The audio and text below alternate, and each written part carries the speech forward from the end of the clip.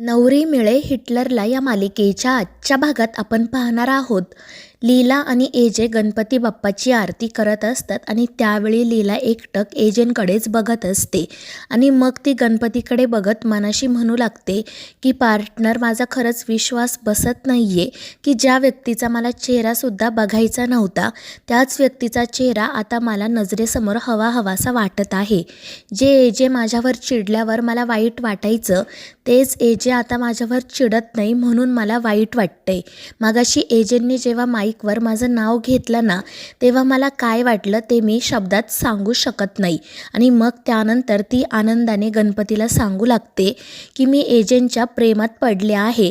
त्यांनी माझा हात हातात घेतल्यावर तो पुन्हा कधीच सोडू नये असं मला वाटतं. त्यांनी सतत माझी काळजी करावी, माझ्यासोबत असावं असं मला वाटतं आणि यापैकी काहीच नाही तर निदान त्यांनी कायम माझ्या समोरच असावं असंही मला वाटतं. मी खरंच एजेंटच्या प्रेमात पडले आहे. आणि मग त्यानंतर ती खूप खुश होत एजेंटकडे बघू लागते. दुसरीकडे किशोर मात्र एजेंटचा आणि लीलाचा फोटो बघत असतो आणि मग तो रागात तो फोटो फाडून टाकतो आणि त्या फाटलेल्या फोटोंकडे बघत म्हणतो की तुम्ही दोघांनी सतत एकमेकांशी भांडावं आणि त्या त्रासातच तुमचा संसार करावा, यामुळे मी तुम्हा दोघांचं लग्न लावून दिलं. मात्र आता तुमचं नातं तर फुलायला लागलं आहे, पण मी असेपर्यंत तुमचं हे नातं मी फुलू देणार नाही. मी या नात्याची राख रांगोळी करणारच. आणि मग त्यानंतर तो त्या दोघांचा फोटो जाळून टाकतो. त्यानंतर मग दुसऱ्या दिवशी सकाळी लीला गणपती विसर्जनासाठी कोणती साडी नेसायची ते ठरवत असते. एजेंटना कोणता कलर आवडेल याचा ती विचार करत असते आणि त्यावेळी मग तिला काल घडलेला सगळा प्रकार पुन्हा आठवतो आणि आपल्यामुळे एजेंटना त्रास झाला या गोष्टीचं वाईटही वाटतं. तितक्यात मग एजे खोलीत येतात तर लीला त्या दोन्हीही साड्या घेऊन त्यांच्या पुढे जाते आणि त्यांना त्या साड्या दाखवण्याचा प्रयत्न करते. एजेंटचं मात्र लीलाकडे लक्ष नसतं, ते त्यांच्या कामात बिझी असतात. म्हणून मग लीला एजेंटचं लक्ष जावं म्हणून वेगवेगळे प्रयोग करायला सुरुवात करते.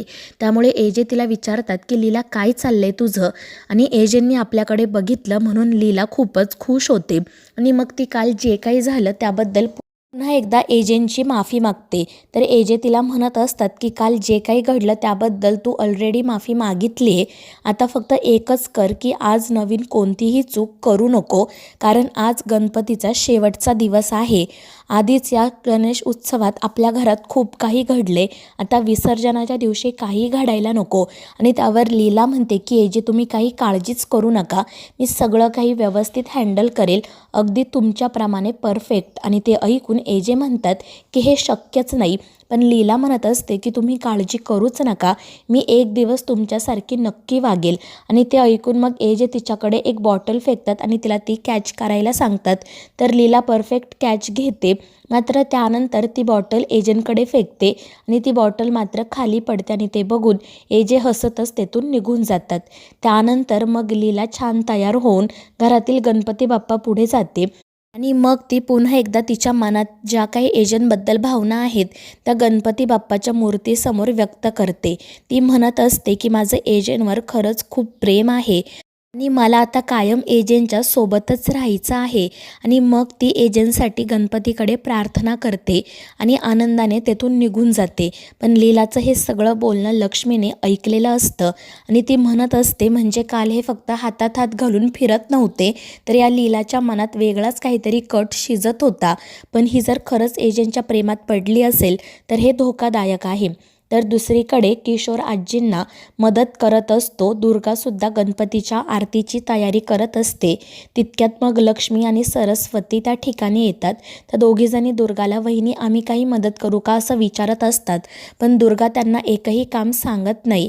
ती त्या दोघींवर खूप चिडलेली असते. त्यामुळे त्या दोघी तिला विचारू लागतात की वहिनी काय झालं? तर दुर्गा म्हणत असते की तुम्ही देवाचं कोणतं काम श्रद्धेने कराल या गोष्टीवर माझा आता तरी विश्वास नाही आहे. त्यामुळे ना तुम्ही या सगळ्यापासून जरा लांबच राहा, इतर कामं करा. आणि मग ती तेथून निघून जाते. त्यामुळे मग सरस्वती आणि लक्ष्मी चिडतात आणि बाहेर निघून जातात. तर हे सगळं काही किशोर बघत असतो आणि हसतच मनाशी म्हणत असतो की हीच योग्य वेळ आहे कोणाच्याही नकळत सरूला आणि लक्ष्मीला माझं प्यादं बनवायची. तर दुसरीकडे सरू आणि लक्ष्मी फुलांची रांगोळी काढत असतात आणि आता दुर्गा वहिनींनी सुद्धा टीम बदलली म्हणून तक्रार करत असतात. त्या दोघींचं बोलणं सुरू असतानाच किशोर त्या ठिकाणी येतो. तो फेक कॉलवर बोलत म्हणत असतो की जर आपला एक डाव फसला तरी निराश व्हायचं नाही, पुन्हा एकदा प्रयत्न करायचा, कधी कधी गोड बोलून आपलं काम करून घ्यायचं. आणि हे सगळं काही लक्ष्मी बारकाईने ऐकत असते. त्यानंतर किशोर मुद्दाम तिला म्हणतो की कसं आहे ना वहिनी, कधी कधी समोरून जर काम होत नसेल तर पाठीमागून वार करायचा. आणि ते ऐकून लक्ष्मी खुश होते आणि मग ती सरस्वतीला सांगते की आपण सुद्धा ना असंच करूयात, लीलासोबत आधी मैत्री करूयात, म्हणजे ती आपल्यावर विश्वास ठेवेल आणि मग तिला आपण या घरातून बाहेर काढू. आणि ते ऐकून सरूसुद्धा खुश होते.